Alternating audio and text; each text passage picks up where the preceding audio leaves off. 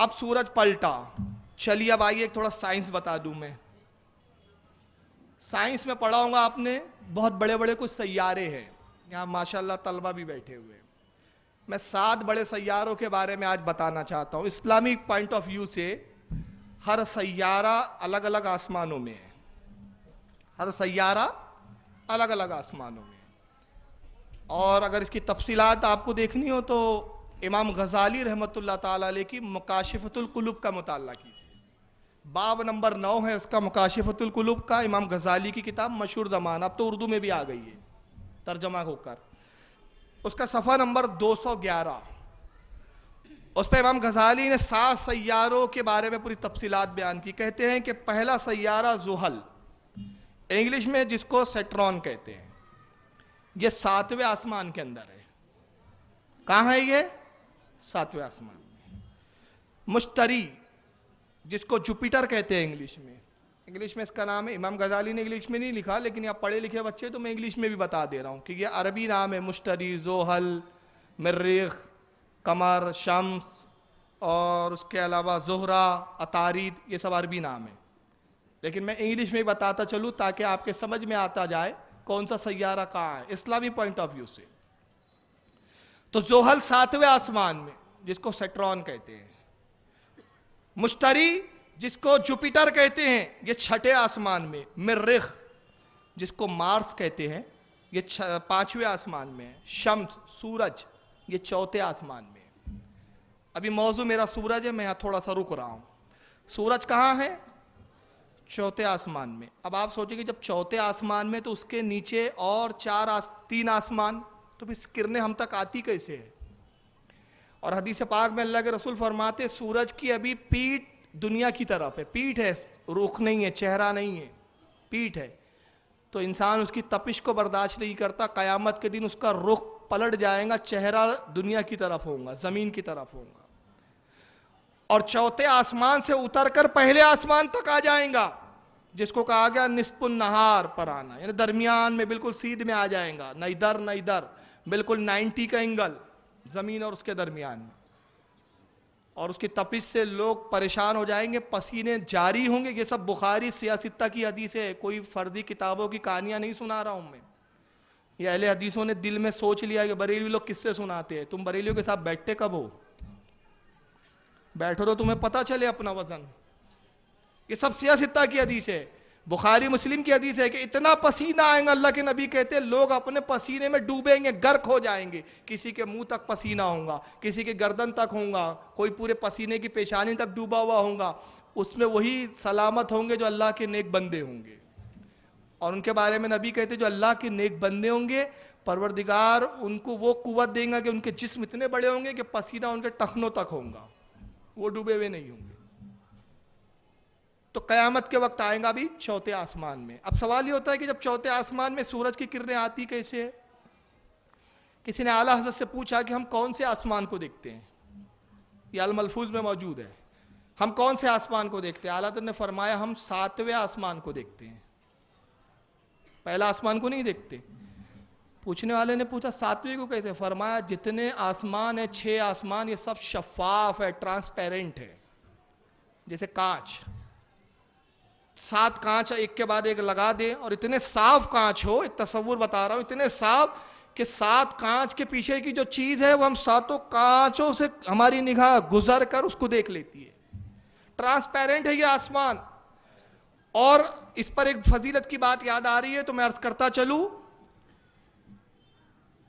کہ ہم 7ویں کو دیکھ رہے ہیں. کون؟ ہم انسان. ہماری نگاہوں کی عالم کیا ہے کہ ہم نے آنکھ اٹھائی 7ویں آسمان کو دیکھ لیا. زحل جو 7ویں آسمان میں ہے اس کو بھی ہم دیکھ لیتے ہیں, دوربین کے ذریعے سے دیکھ لیتے ہیں. 6ٹھے آسمان کے ستارے کو بھی ہم دیکھ لیتے ہیں, مشتری کو. اور اس کے بعد مریخ کو بھی دیکھ لیتے ہیں, 5ویں آسمان پر جو ہے ہم دیکھ لیتے ہیں. اب سوال یہ پیدا ہوتا ہے, اب مجھے ایک فضیلت کی بات یاد آ گئی ہے, ضمناً تو عرض کر رہا ہوں. اللہ کے رسول معراج پہ تشریف لے گئے, براق آپ کی سواری ہے. نبی فرماتے ہیں براق خصوصاً میری لیے سواری کے طور پر اللہ نے بنا کر رکھا تھا, مخصوص تھی وہ سواری میرے لیے. اور جب براق پر میں سوار ہوا تو اس کی رفتار کا عالم یہ تھا, جہاں اس کی نگاہ پڑتی وہاں اس کا پہلا قدم. اب ہماری نگاہ 7ویں آسمان پر، تو براق تو مخصوص ہے یہ سواری، تو براق کا پہلا قدم کہاں تھا؟ تو پہلا زمین پر تھا، تو یعنی ایک پیر کا زمین پر تھا، تو دوسرا قدم کہنا پڑے گا 7ویں آسمان پر تھا۔ تو جب نبی کی سواری کی رفتار کا یہ عالم ہے، تو نبی کی رفتار کا عالم کیا ہوگا؟ ایک بات ضمناً آ گئی، تو ہم 7ویں آسمان کو دیکھتے ہیں۔ چوتھے آسمان میں سورج، زہرہ، وینس جس کو کہا جاتا ہے، یہ تیسرے آسمان میں، اور اتارد، یہ جس کو مرکوری کہا گیا انگلش میں ستارے کو، یہ دوسرے آسمان پہ، اور قمر، چاند، یہ پہلے آسمان کے نیچے ہے۔ یہ 7 بڑے سیارے ہیں، اور پھر چھوٹے چھوٹے سیارے ہیں، اور یہ سب کس کے گرد گردش کرتے ہیں؟ سورج کے ارد گرد گردش کرتے ہیں۔ چاند بھی سورج کے ارد گرد گردش کر رہا ہے، مریخ بھی سورج کے ارد گرد گردش کر رہا ہے، اتارد بھی سورج کے ارد گرد گردش کر رہا ہے، شمس کے ارد گرد یہ سب کر رہے ہیں۔ اور سائنسداں کہتے ہیں کہ یہ ان کی گردش ایک محدود دائرے میں ہے، ایک مدار میں ہے، ایک آربٹ ہے جس میں گھومتے ہیں، اور اگر اس میں تھوڑا سا بھی ڈسٹینس آ جائے، گڑبڑ ہو جائے، معاملہ بگڑ جائے، تو دنیا کا نظام درم برم ہو جائے، ایک سیارہ دوسرے سیارے سے ٹکرا جائے، اور اسی دن قیامت آ جائے۔ اللہ تعالیٰ کے حکم کے تحت یہ بندھے ہوئے ہیں۔ سورہ یاسین میں بھی اللہ نے فرمایا یہ قدرت والے کے حکم کے تحت بنے ہوئے۔ الشمس تجری لمستقر لہا ذالک تقدیر العزیز العلیم۔ اور سورج اپنے مدار میں تیر رہا ہے، چل رہا ہے، اور ایک زبردست حکم والے کے حکم کے تحت یہ بندھا ہوا ہے، سورہ یاسین میں ہے۔ تو یہ اللہ کے حکم سے اپنے اپنے مداروں میں، اپنے اپنے ایریوں میں گھوم رہے ہیں، اور سب کی گردش سورج کے ارد گرد ہے۔ پھر ایسے ہزاروں سورج ہے، سائنسداں کہتے ہیں ایسے اور ہزاروں سورج ہمارے سورج کی طرح جو ہماری نگاہوں سے دور ہے، ان کے ارد گرد بھی سیارے گزر رہے ہیں، سب ایک دوسرے کے ارد گرد ہے، کوئی اس کے ارد گرد ہے، کوئی اس کے ارد گرد ہے، اور ان میں ذرا سا بھی ڈسٹینس آ جائے، فرق آ جائے، ان کی گردشوں میں، ان کی حرکتوں میں فرق آ جائے، تو یہ آپس میں ٹکرا جائے، قیامت آ جائے، دنیا کا نظام درم برم ہو جائے۔ تو جب یہ سب ایک دوسرے سے جڑے ہوئے ہیں، ایک دوسرے کے ارد گھوم رہے ہیں، سورج کے ارد گرد گردش کر رہے ہیں، سورج کے ارد گرد ان کی گردش جاری ہے، تو اب میں کہنا چاہتا ہوں کہ جب نبی نے سورج کو پلٹایا، تو اب صرف سورج نہیں پلٹا ہے، بلکہ سورج کے ساتھ چاند بھی پلٹ رہا ہے، سورج کے ساتھ مریخ بھی پلٹ رہا ہے، سورج کے ساتھ اتارد بھی پلٹ رہا ہے، سورج کے ساتھ مشتری بھی پلٹ رہا ہے، سورج کے ساتھ زہرہ بھی پلٹ رہا ہے، تمام سیارے پلٹ رہے ہیں۔ گویا نبی کا ایک اشارہ صرف سورج کی طرف ہے، کیونکہ سورج کائنات کا مرکز ہے، مرکز کی طرف اشارہ ہوا تو جتنے اس کے ماتحت ہیں سب پلٹ رہے ہیں۔ تو نبی کے ایک اشارے سے پوری کائنات پلٹی جا رہی ہے، اور کس کے لیے پلٹ رہی ہے؟ علی کے لیے۔ تو جس کے لیے کائنات پلٹائی جاتی ہے وہی مولا کائنات ہوا کرتا ہے۔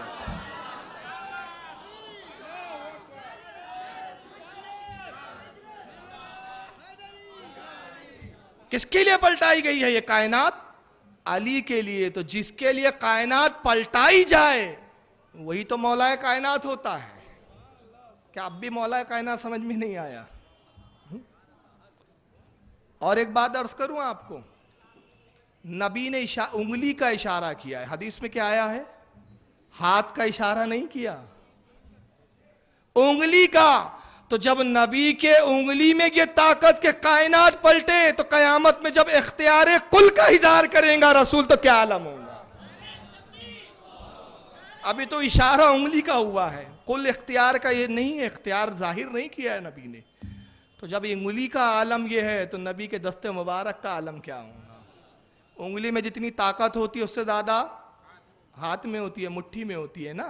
انگلی میں کم ہوتی ہے نا، ایک چیز کو آپ انگلی سے اٹھائیں، نہیں اٹھ رہی ہے تو آپ کیا کریں گے؟ پوری انگلیاں لگائیں گے۔ تو نبی نے بتایا اپنے جیسا مجھے نہ سمجھ دو جب تم میری ایک انگلی کا مقابلہ نہیں کر سکتے۔ بولتے ہیں نا ہمارے محاورہ، ابے تو میرے ایک انگلی کے برابر نہیں ہے، یہ محاورہ بھی ہے کہ تو ایک انگلی کے برابر نہیں ہے میرے۔ تو یہ تو ہم گھمنڈ میں بولتے ہیں کیونکہ یہ سامنے والے کو گرانا ہے، مگر نبی کی طاقت تو دیکھو، پوری کائنات نبی کے ایک انگلی کے برابر نہیں ہے۔ تو جب پوری کائنات نبی کے ایک انگلی کے برابر طاقت میں برابر نہیں ہو سکتی تو پورے وجود نبی کے برابر کوئی کیسے ہو سکتا ہے؟ یہ ہے مولا کائنات۔ مگر میں عرض کرتا ہوں ہضم نہیں ہوتی لوگوں کو فضیلت، ان کو کیا بتائیے؟ میری ایک سی ڈی ہے عقائد صحابہ، اس میں نے عرض کیا تھا لوگوں کو یہ بتائیے نبی پتھر کھاتے تھے زخم آ جاتا تھا، سیرت رسول یہ بتائی جاتی ہے۔ وہ عظمت رسول کے نام سے کبھی جلسہ نہیں لیتے، سیرت رسول، سیرت النبی، جلسہ ہے سیرت النبی، میلاد النبی کبھی نہیں منائیں گے، سیرت النبی۔ تو اب سیرت کے نام پہ رسول اللہ پتھر بھی کھا لیتے تھے، کچرا ڈال دیتے تھے لوگ تو آپ برداشت کر لیتے تھے، راستے میں کانٹے بچھا دیے جاتے تھے تو نبی کچھ نہیں کہتے تھے، نبی چلے جاتے تھے خاموش رہتے تھے، ابو جہل نے ہڈی سے وار کیا پیشانی زخمی ہو گئی، نبی پاک کی سیرت۔ میں اس پہ ایک جملہ کہتا ہوں، دیکھیے شاید آپ کے لیے نیا ہوں گا، میں کہتا ہوں یہ سیرت رسول ہے یا ایک مزدور کی سیرت ہے؟ یہ سیرت النبی ہے یا مزدور کی سیرت ہے؟ یہ جملہ تھوڑا عجیب لگ رہا ہوں گا نا آپ کو، لیکن انشاءاللہ تشریح کروں گا تو واضح ہو جائیں گا۔ یہ نبی کی سیرت نہیں ہے، یہ ایک مزدور کی سیرت ہے۔ یہ نبی کا اخلاق ہے، سیرت نہیں ہے۔ بہت فرق ہے اخلاق میں اور سیرت میں۔ نبی کا اخلاق ہے پتھر کھانا، طاقت ہونے کے بعد بدلہ نہ لینا، اخلاق ہے۔ کانٹے بچھا دیے گئے، پیروں کو زخمی کر لینا، مگر دعائے ہلاکت نہ کرنا طاقت کے باوجود، یہ اخلاق نبی ہے، سیرت نبی نہیں ہے۔ سیرت نبی اس کو نہیں کہتے، یہ سیرت تو آپ میں بھی ہے۔ میں آپ کی مثال میں کہتا ہوں، بمبئی کے کسی بھائی سے آپ کا پنگا ہو گیا، اب بھائی ہے، بھائی 10-20 تو بھائی اور لے کے گھومتا ہے، اس نے آپ کو مار دیا، کیا کر سکتے ہیں آپ؟ مجبوراً مار کھانا پڑے گا، یار یہ بھائی مار رہا ہے، مار بھیا، میں ایک ہاتھ ماروں گا تو بندوق سے ہی مار ڈالے گا میرے کو، جانے 10-20 ہاتھ مار لے، تو آپ مار کھا لیا، برداشت کر لیا، برداشت آپ نے بھی کیا نا، تو یہ سیرت تو آپ میں بھی پائی گئی۔ کیا بدلہ نہیں لے سکے؟ کسی نے آپ کی زمین دبا لی، سامنے والا بہت بڑا دادا ہے علاقے کا، آپ مجبور ہے، کچھ نہیں کر پا رہے، ڈر رہے ہیں یار کچھ بولوں گا میری زمین دبا لیا مرڈر کر دیں گا، بندوق سے مجھے شوٹ کر دیں گا، آپ مجبور ہے، تو یہ سیرت آپ میں بھی ہے۔ تو میں کہتا ہوں یہ سیرت تو ہم میں بھی پائی جاتی ہے۔ تو پتھر کھانا سیرت النبی نہیں ہے، اخلاق نبی ہے۔ طاقت ہونے کے بعد بدلہ نہ لینا، سیرت النبی کیا ہے؟ سیرت النبی یہ ہے کہ سورج کو پلٹا دینا، چاند کے ٹکڑے کر دینا، درختوں کو بلوا لینا، کنکریوں سے کلمہ پڑھا لینا، یہ سیرت النبی ہے۔ نبی کی سیرت اور ہوتی ہے، ہماری سیرت اور ہوتی ہے۔ ہماری سیرت میں فرق ہے، نبی کی سیرت میں فرق ہے۔ مگر ان کو تو ایسی حدیث سے زیادہ، یہ بیانات ان کے ہوں گے تو ایسی ہوں گے، اور جب ہم لوگ فضیلت پہ بیان کرتے ہیں، بریلوی لوگ یار کتنا بڑھا دیتے ہیں، نبی کو خدا بنا دیتے ہیں، بڑی لوگ، میں کہتا ہم نہیں بڑھاتے بھائی، جس کو خدا نے بڑھایا ہو ہم اس کو کہاں سے پیچھے کر سکتے ہیں؟ ہم نے تھوڑی بڑھایا۔ ایک جگہ میرا بیان تھا، یا ایم پی میں خواصہ علاقہ ہے، ایم پی کا بڑے غیر مقلدوں کا علاقہ ہے۔ اب میں رسول اللہ کی بڑی فضیلت پہ تقریر کر رہا تھا، سوال جواب کا سیشن ہوا۔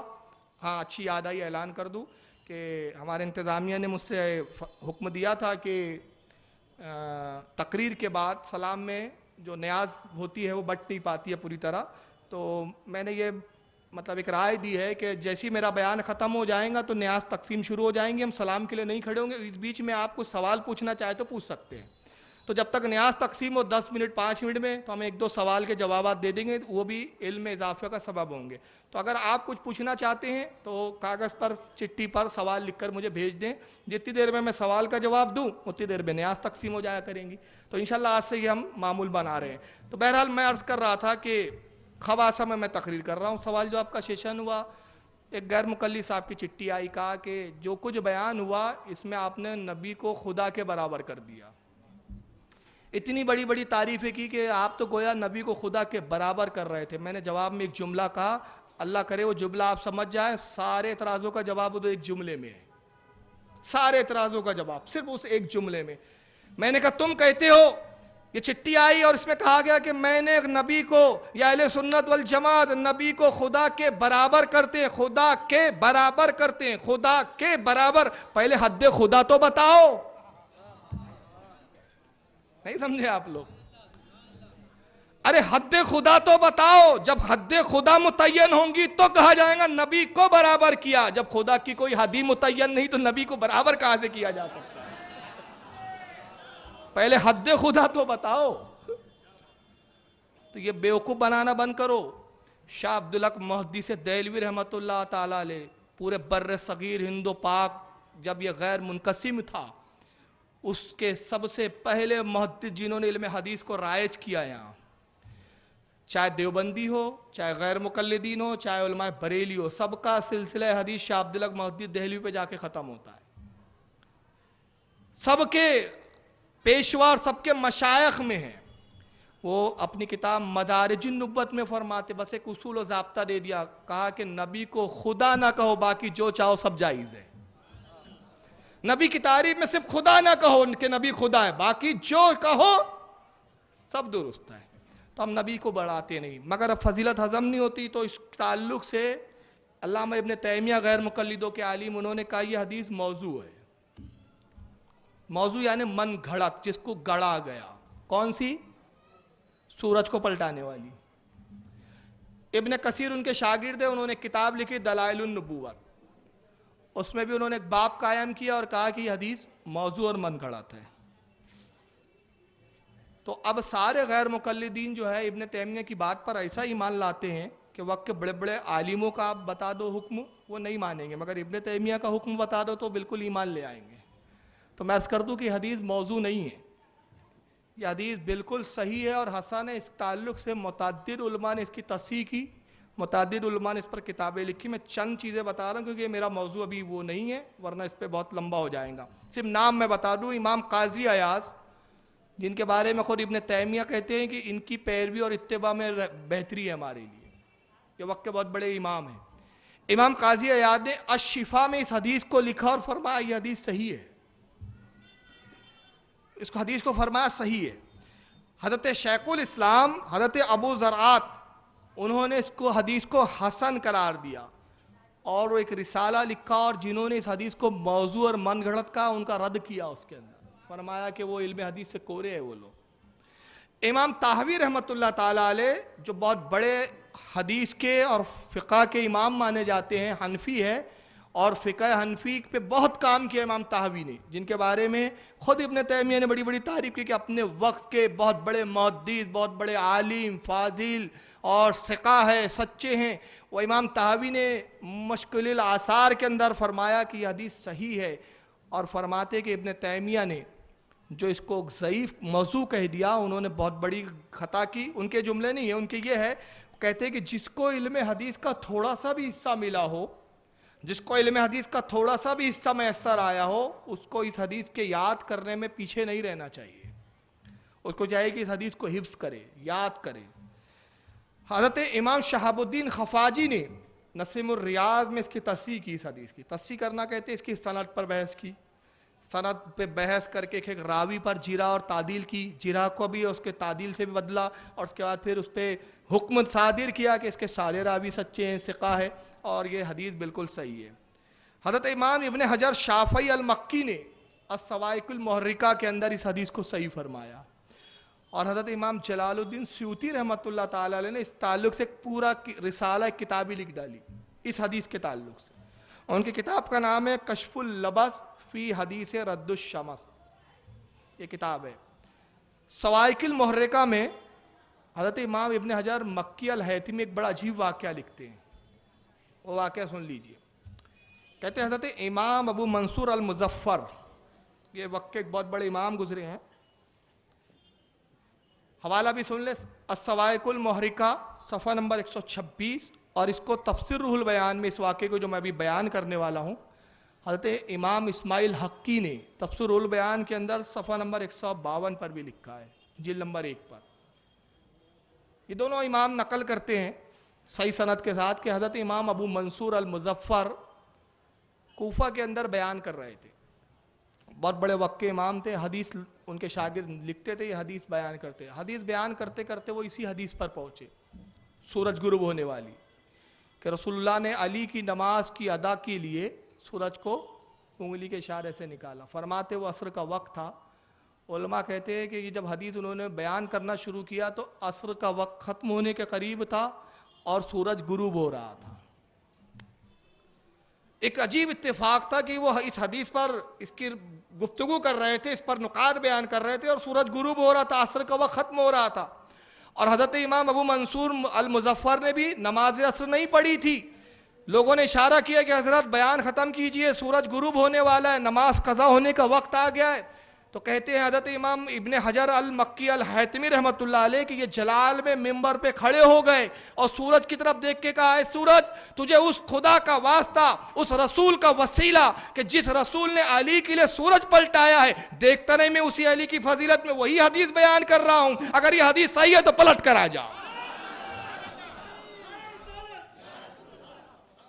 تو امام ابن حجر المکی حیتمی فرماتے ان کا یہ کہنا تھا کہ سورج پھر دوبارہ باہر آئے، تو گویا بتایا کہ نبی کے صدقے میں نبی کی امت کے اولیاء کو بھی اللہ ایسے اختیارات دیتا ہے۔ تو جب یہ ولیوں کا اختیار ہے کہ یہ سورج پلٹا دے ذکر علی سے، جملہ سنیں، ذکر علی سے، تو جس کے ذکر میں یہ طاقت، جس کے ذکر کی یہ برکت کہ سورج پلٹ آئے، تو اس ذات میں کتنی طاقت ہوں گی، اس کی شجاعت کا کیا کہنا۔ آئیے میں علی کی ایک اور شجاعت بتاتا ہوں اور ایک فضیلت بتا دوں۔ مکہ فتح ہوا، اللہ کے رسول صلی اللہ علیہ وسلم مکہ فتح کرنے کے بعد خانہ کعبہ میں داخل ہوئے۔ سب سے پہلا کام، جتنے بت ہیں سب کو کعبے سے باہر نکالو، جتنی تصویریں انبیاء کی بنا دی گئی ہے سب تصاویروں کو باہر نکالو۔ صحابہ نے تصویروں کو نکالا، بت نکالنے کا سلسلہ شروع ہوا، بتوں کو نکالا گیا۔ حدیث کے الفاظ ہے اور روایتوں میں بیان کیا گیا کہ رسول اللہ خانہ کعبہ میں داخل ہوئے تو بت کو آپ کس طرح گراتے ہیں، پہلے گراتے ہیں، صحابہ اٹھاتے ہیں اور باہر لے جا کے پھینک دیتے ہیں۔ تو نبی کے بت کے گرانے کا انداز بھی دیکھیں، اللہ کے رسول کے ہاتھ میں ایک چھڑی ہے، ایک عصا ہے، سرکار بت کی طرف اشارہ کرتے ہیں، چھڑی کو لگاتے نہیں ہیں بلکہ کیا کرتے ہیں، اشارہ کرتے ہیں۔ جیسی بت کی طرف چھڑی سے اشارہ ہوتا ہے بت قدموں میں گر پڑتا ہے، جس بت کی طرف اشارہ ہو رہا ہے بت قدموں میں گر پڑتا ہے۔ سوال یہ پیدا ہوتا ہے، آپ نے چھڑی کو ان بتوں سے چھوا کیوں نہیں، دور سے اشارہ کیوں کیا؟ تو ایک بات تو بظاہر یہ سمجھ میں آ رہی ہے کہ نبی اپنی طاقت بتا رہے ہیں کہ جس چھڑی کو میں چھو دوں اس کی طاقت دیکھو کہ اشارہ ہو تو بت گر جائے۔ میں دوسرے لفظوں میں پھر کہہ دوں کہ ریموٹ، اس زمانے کا ریموٹ، مگر چھوا کیوں نہیں؟ اس کی علماء نے بڑی پیاری حکمت بیان فرمائی۔ وہ کہتے ہیں کہ اس کی وجہ یہ ہے کہ نبی پاک صلی اللہ علیہ وسلم کو اللہ نے وہ عظمت عطا فرمائی تھی کہ نبی جس چیز کو چھو دے اس پر جہنم کی آگ حرام ہو جاتی ہے۔ نبی جس چیز کو چھو دے، اس تعلق سے دو صحیح حدیثیں سنا دوں تاکہ بات تشنا نہ رہ جائے۔ اللہ کے رسول صلی اللہ علیہ وسلم ایک جنازے میں تشریف لے جاتے ایک صحابی کے، ایک بڑھیا ہے جو نبی پہ کچرا ڈالتی ہے، ایک مشرک بڑھیا ہے، کچرا ڈال دیتی ہے، کانٹے بچھاتی ہے، نبی کو ستاتی ہے، پریشان کرتی ہے۔ رسول اللہ صبر کرتے ہیں، یہ اخلاق نبی تھا۔ اب سیرت النبی دیکھیں، اور رسول اللہ گئے تو بہت دھوپ تیز تھی، صحابہ نے عرض کیا یا رسول اللہ آپ اس گھر کے سائے میں آ جائیں۔ ایک گھر سامنے تھا اور وہ اتفاق سے اسی بڑھیا کا گھر تھا اور وہاں سایہ تھا۔ سرکار نے فرمایا معلوم ہوتا ہے شاید یہ اسی بڑھیا کا گھر ہے جو مجھ پہ روز کچرا ڈالتی ہے، کہیں ایسا نہ ہو کہ وہ مجھے دیکھے اور پھر کچرا ڈالے۔ صحابہ نے کہا یا رسول اللہ اس وقت وہ بیمار ہے۔ آپ گئے اور اس کی دیوار سے ٹیک لگا کر آپ کھڑے ہو گئے، دیوار سے ٹیک لگا کے سائے میں۔ تبھی دروازہ کھلتا ہے، بڑھیا باہر نکلتی ہے، کہتی ہے لوگوں محمد کہاں ہے صلی اللہ علیہ وسلم؟ کہا یہ ہے آقا۔ کہتی ہے اللہ کے نبی، اللہ کے رسول، میں آپ اللہ کی بارگاہ میں توبہ کرتی ہوں، آپ سے معافی مانگتی ہوں، کلمہ پڑھا لیجئے، کلمہ پڑھا دیجئے۔ کہا بڑھیا روز ستاتی تھی، کس چیز نے متاثر کیا تجھے، کس چیز نے تجھے کلمہ پڑھنے کی طرف راغب کیا؟ کہتی ہے اللہ کے نبی یہ تو نہیں جانتی، بس اتنا جانتی ہوں میں بستر پہ پڑی ہوئی تھی، ایک خوشبو محسوس ہوئی اور میں بیمار تھی، صحت یابی ہوئی، دل نے کہا کہ محمد اتنے دن سے میرے ظلم و ستم کو برداشت کر رہے مگر کوئی غلہ نہیں کرتے، محمد حق ہے، محمد حق پر ہے، تو میں حضور آئی ہوں اور آپ پر ایمان لانا چاہتی ہوں۔ کلمہ پڑھایا، مسلمان کے جبریل آتے کہتے یا رسول اللہ آپ جانتے ہیں اللہ نے اس کے دل میں کیوں ڈالا؟ اللہ نے مجھ سے کہا جبریل اس کے دل میں ایمان کی برکتیں ڈال دے، اس کا دل ایمان کی طرف پھیر۔ اور اے اللہ کے نبی، اللہ فرماتا ہے کہ محبوب سے کہہ دو کہ اے محبوب جس کے گھر کی دیوار سے آپ کی پشت لگ جائے اللہ کو گوارا نہیں کہ اس گھر کا مکی جہنم میں جل جائے، وہ گوارا نہیں ہے مجھے۔ تو نبی جس چیز کو چھو دے وہ جنتی۔ حضرت انس ابن مالک نے صحابہ کی دعوت کی، دعوت کرنے کے بعد کنیز سے کہا دسترخوان بچھا. کنیز نے ایک دسترخوان لایا, بچھایا, بہت گندا میلا تھا. کافی دن سے اس دسترخوان پہ کھا رہے تھے, دھلا نہیں تھا. دوستوں نے کہا یار یہ تو بڑا گندا ہے. کہا فکر نہ کرو ابھی صاف ہو جائیں گا. کہا کب دھوں گے, کب سوکھیں گا؟ کہا دھونے کی ضرورت نہیں, سامنے تندور جل رہا تھا, سردی کی راتیں تھی, ایک آگ روشن تھی, روشن اس میں سمجھ لیجئے اس زمانے میں جیسے ہوتا تھا, ایک گڑھے میں لکڑیاں جلا دی جاتی تھی کہ گھر تاکہ گرم رہے. انس ابن مالک نے اس دسترخوان کو لیا اور اس آگ میں ڈال دیا. دوستوں نے کہا اے انس یہ کیا کیا, وہ تو جل کر خاک ہو جائیں گا. آپ نے فرمایا وہ بالکل نہیں جلے گا. ہاتھ ڈالا, دسترخوان جب باہر نکالا تو دسترخوان صاف تھا, میل جل چکا تھا لیکن دسترخوان کے ایک بھی دھاگے کو کچھ بھی نہیں ہوا تھا. کہا یہ تو کرامت ہے. کہا کرامت نہیں ہے, یہ رسول اللہ کا معجزہ ہے. کہا انس ہم نہیں سمجھے. کہا سنو, ایک مرتبہ میں نے اللہ کے نبی کی دعوت کی, سرکار تشریف لائے, اللہ کے نبی نے اسی دسترخوان پہ کھانا کھایا. کھانا کھانے سے فارغ ہونے کے بعد آپ نے اسی دسترخوان سے ہاتھ پوچھ لیا تھا. میں نے جان لیا نبی نے اس کو چھو لیا ہے, اس کو تو جہنم کی آگ نہیں جلا سکتی, ہے تو دنیا کی آگ ہے. بس تب سے میں دسترخوان کو ایسے ہی صاف کرتا ہوں. تو نبی جس کو چھو دے اس کو آگ نہیں جلا سکتی. تو اگر نبی بتوں کو چھو دیتے تو بت جہنم میں نہیں جاتے. اور قرآن میں اللہ نے فرمایا وقودها الناس والحجارہ, ڈرو اس آگ سے جس کا ایندھن پتھر اور انسان ہے. تو یا پتھر سے مراد کیا؟ مفسرین نے کہا یا پتھر سے مراد یہ بت ہے, اور یہ بتوں کو جہنم میں اس لیے ڈالا جائیں گا کہ مشرکین کو ذلیل کیا جائے گا. کہا جائے گا دیکھو آج ان کا حشر کیا ہوا, جن کو تم پوجتے تھے آج وہ اپنے آپ کو نہیں چھڑا پا رہے ہیں, جن کو تم معبود سمجھتے تھے آج وہ جہنم میں جل رہے. تو قرآن کہتا ہے بت جہنم میں جائیں گے, پتھر جہنم میں جائیں گے. تو اگر نبی چھو دیتے تو یہ جنتی ہو جاتے, کلام الہی پہ حرف آ جاتا. تو نبی نے چھوا نہیں. مگر ایک بہت بڑا بت تھا, اس کا نام تھا ہبل. کعبے کی چھت پر تھا وہ, سب سے بڑا ہبل. اہل مکہ کہتے تھے خوشحالی کا بت ہے, اسی کے سبب سے خوشحالی ہے ہمارے یہاں. اب یہاں ایک حکمت دیکھیں آپ, میں بتانا یہ چاہتا ہوں کہ جس طرح لکڑی کے اشارے سے, چھڑی کے اشارے سے بت گرائے گئے تھے دوسرے, اس کو بھی گرا سکتے تھے نبی. مگر نبی نے ایک اعجاز دینا مقصود تھا, ایک فضیلت عطا کرنی تھی اور اپنے مقام کا بھی اظہار کرنا تھا, اور مقام علی بھی بتانا تھا. کہاں این علی, کہاں ہے علی؟ قریب آتے ہیں, یا رسول اللہ حاضر ہوں. کہا علی اس بت کو تم گراؤ. عرض کیا یا رسول اللہ میرا ہاتھ وہاں تک نہیں پورے گا, آپ تو نبی ہے, آپ کا معجزہ ہے کہ اشارہ کریں بت منہ کے بل گر پڑے, مگر مجھے تو ہاتھ سے گرانا پڑے گا. آپ نے فرمایا علی میرے کاندھے پہ سوار ہو جاؤ, بت کو گرا دو, بت کو گرا دو. یہاں پر امام علی مقام کی ایک فضیلت بھی آتی ہے تو عرض کر دوں گا, اور حضرت ابوبکر صدیق کی بھی فضیلت ہے, اور یہ بھی واضح ہو جائے گا کہ ابوبکر علی سے افضل کیوں مانتے ہیں. ہمارا عقیدہ ہے کہ علی سے افضل ابوبکر ہے, یہ عقیدہ ہے. اس کا انکار کرنے والا, اس کا منکر علماء فرماتے بد دین بد مذہب ہے. خلافت ابوبکر کا منکر کافر ہے علماء نے لکھا, اور ابوبکر کی فضیلت کا منکر ہے تو گمراہ اور بد دین ہے. تمام صحابہ میں, تمام انبیاء کے بعد سب سے افضل ابوبکر کی ذات. علی ہمارے کاندھے پر کھڑے ہو, بت کو گرا دو. عرض کرتے میرے آقا, غلام کی کہاں مجال کہ اپنے آقا کے کاندھے پر کھڑے ہو, سرکار آپ میرے کاندھے پر کھڑے ہو جائیں اور بت کو گرا دیں. اللہ کے نبی نے کیا جملہ فرمایا, جملہ سنیں. کہا علی میں بار ولایت اٹھا لوں گا مگر تم بار نبوت نہ اٹھا سکوں گے. میں بار ولایت اٹھا لوں گا مگر تم بار نبوت نہ اٹھا سکوں گے.